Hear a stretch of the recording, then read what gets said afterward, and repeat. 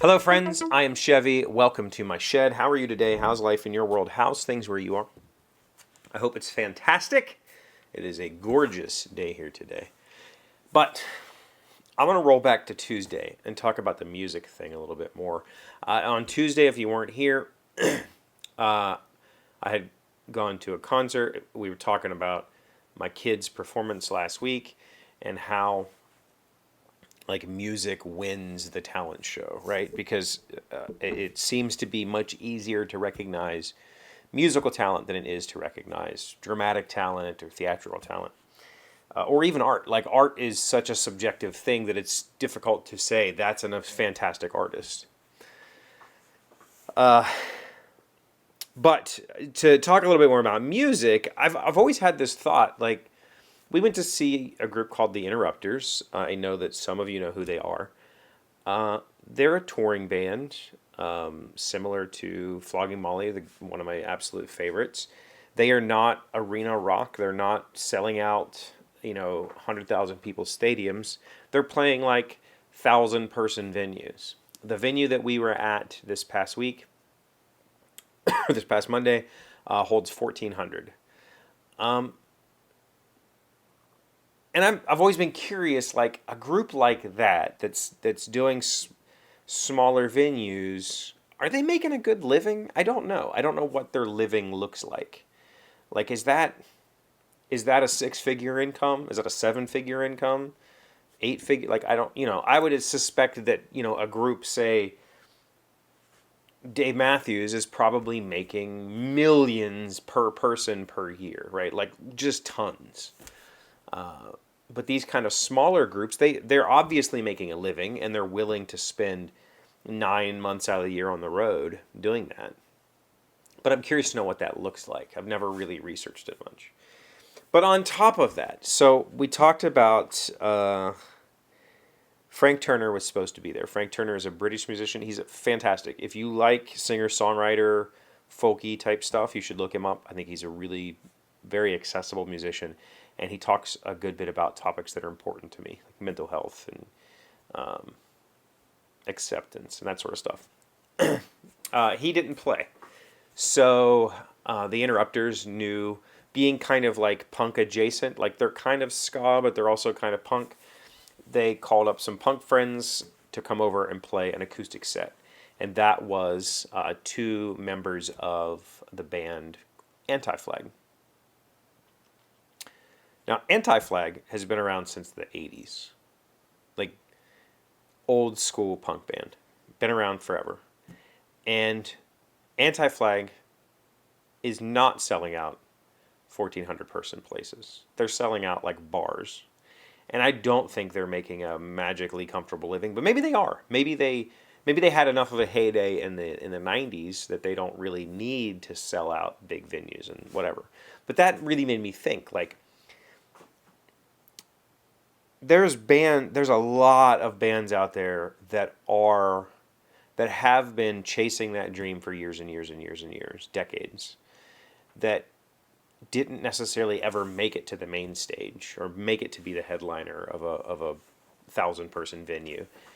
And they're obviously doing it enough to stay passionate and live a life, and that's awesome. But what happens to popular music after a while? So to transition from that topic, so we have these bands selling out these small venues. Here in my hometown, we have a little outdoor amphitheater, and the town likes to put on shows. They do movie in the park, like one night a week. They'll show a movie. It's all lawn seating. There's no chairs or anything. But they also have musical acts. Not necessarily anything you've ever heard of. Maybe if you've heard of like the Davidson brothers, they might come by because they're actually from West Virginia. But what they do have is a lot of cover bands. And when I say cover bands, I really mean like tribute bands. Like they have the I don't know what they're called. I don't know the names of these bands because they're, whatever. But they'll be tagged as the AC/DC experience. Or there's one band that's played a few times here that is like the Guns N' Roses experience. Like they dress like the band, they stage act like the band. Like it's an entire theatrical performance based around these like 80s hair metal bands. And there's a few of them, like 3 or 4 that come here and play. And I cannot imagine that those kinds of acts draw any significant amount of income. Maybe I'm wrong. I mean, maybe they go to other places and make, you know, tons of money. But coming here, they're not. They're not making that kind of money to come here and play in a park to 100 people. But they are passionate about what they do. They're passionate about their craft. They've created a stage experience that equivalates to these older bands. But the real question that I have from that is, what happened to those older bands? I just said I'm a big fan of Pearl Jam. I've been seeing Pearl Jam since the 90s. I've seen dozens of shows. I have no idea how many shows I've been to. And if they were to go on tour right now, they would go on tour to arena-sized audiences. They would have sellout crowds in arenas all over the country, all over the world. Would Guns N' Roses? Maybe. Maybe they would. But I know for sure there's a whole bunch of those 80s bands that used to come through this place in Pittsburgh. I forget the name of the place. I don't even think it's there anymore. That was like the 80s band place. And you would have like Whitesnake and Poison. These guys are coming and playing for like a crowd of 60 people, right? But when they were big, like in the 80s, they were massive. And so the question of all of this comes down to, what happened to that, right? Like what's the difference between, say, Poison and you pick any of those 80s hair metal bands. They lasted into the 90s. They maybe even lasted through some of the 90s. But if they were to go on tour right now, I don't think they would sell much at all. But you can turn that around and look at somebody like Paul McCartney or Paul Simon or like any like there are musical acts from even the 70s that are still active today that are still selling out arenas. What's the difference there? Like what happened to the band, you know, even bands from the 80s or from the 90s that were massive successes just don't exist anymore or whatever. And sure, I'm positive that a lot of it is, you know, interpersonal stuff and the band fell apart. That's great. But, you know, you've seen the reunion tours. They're just barely, like, they're not even really selling out. They're just a couple of people come out. Why? Why is that? I'm curious to know. And I mean, for me personally, like, I enjoyed, we'll pick Poison and Whitesnake because I mentioned those. I enjoyed those. I enjoyed Guns N' Roses. There's still a few Guns N' Roses songs that when they come on, I'm like, that's my jam. But if they were to tour, I'm not going to go see them. I'm like, I'm already over that. Like, maybe the difference is they didn't continue putting out music. You know, whereas like Pearl Jam or Dave Matthews that I've been listening to since the 90s, they continue to put out new music, and I continue to listen and you know, I would absolutely go and support them again. Maybe if Guns N' Roses had continued, and maybe they have. Maybe I don't know what I'm talking about. Maybe they've been putting out albums all this time, and I just wasn't aware. That's also entirely possible. But it seems like there's some sort of,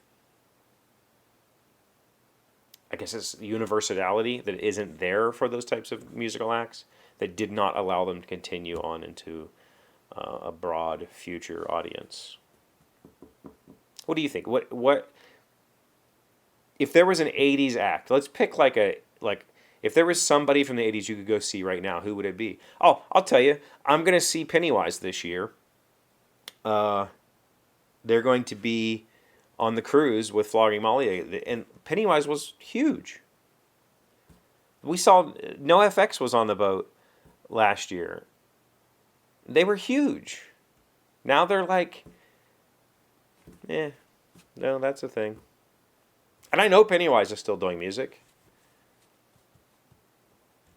Okay, I don't know what the question is that I really asked there, but maybe you'll find an answer to put in the comments. I'd love to hear from you.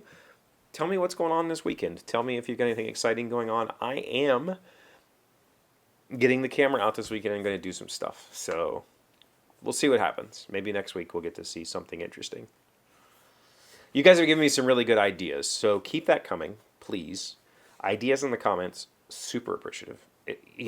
Whether it's filming ideas or topic ideas or questions that you want to have answers, advice, whatever, keep it coming. Have a good weekend. Thank you for being here as always. Thank you for liking, commenting, subscribing, being amazing friends and wonderful people. I really appreciate you. Have a good weekend. I'll see you on Monday. Today's word, gosh, I can't even talk. Today's word you should know to sound smart is raillery. It is a noun meaning good-natured teasing. Raillery, said Montesquieu, is a way of speaking in favor of one's wit at the expense of one's better nature. Raillery. R-A-I-L-L-E-R-Y. That's a fun word. I've never heard of that before. Good-natured teasing. I would like to think that I often engage in raillery, but I think people think I'm being just an asshole.